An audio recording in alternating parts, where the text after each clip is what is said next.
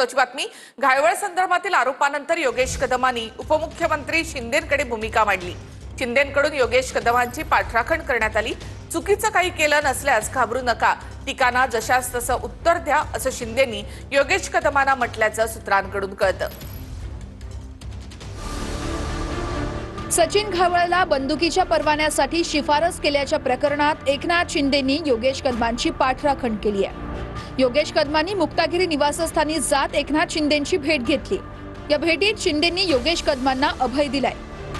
चुकीचं केलं नसेल तर घाबरायचं कारण नाही, असं शिंदे योगेश कदमांना म्हणाले। सचिन घायवळ शस्त्र परवाना प्रकरणात पोलीस आयुक्तांना नियमानुसार कारवाई करावी असे आदेश देण्यात आले होते, असं शिंदेंनी कदमांना सांगितलं। विरोधकांच्या टीकेला न जुमानता काम सुरू ठेवा, अशा सूचनाही शिंदेंनी योगेश कदमांना दिल्या आहेत। दुसरीकडे अजित पवार यांनी या प्रकरणात पुणे पोलीस आयुक्तांशी बोललो असल्याचं म्हटलंय।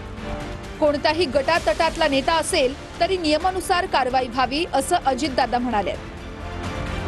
कोण कुठल्या गटाचं तटाचं पक्षाचं कुणाचा जवळचा कार्यकर्ता लांबचा कार्यकर्ता असलं काही बघू नका। जे कोणी दोषी असतील, जे कोणी संबंधित असतील, त्यांच्यावर पुढची ऍक्शन त्या ठिकाणी घ्या। कोणत्याही गुन्हेगारी पार्श्वभूमीच्या व्यक्तीसाठी बंदुकीच्या परवान्याची शिफारस केली नव्हती, असं योगेश कदमांनी म्हटलंय।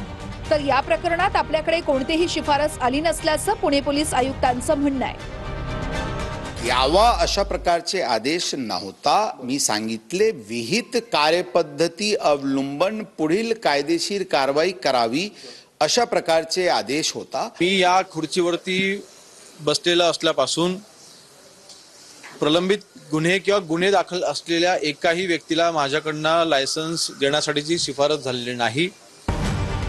दरम्यान विधान परिषदेचे सभापती राम शिंदेंच्या सांगण्यावरून योगेश कदम यांनी शिफारस केली असावी, असं रोहित पवार यांनी म्हटलं होतं। तर उच्च पदावरच्या व्यक्तीच्या सांगण्यावरून योगेश कदमांनी शिफारस केली होती, असं रामदास कदम यांनी म्हटलं होतं।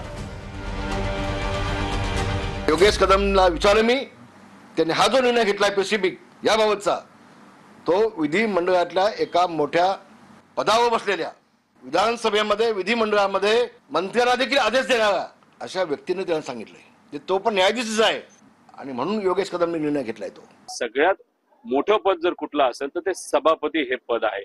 मग राम शिंदे सरांबरोबर निलेश घायवळचा संबंध हे जग जाहीर आहे।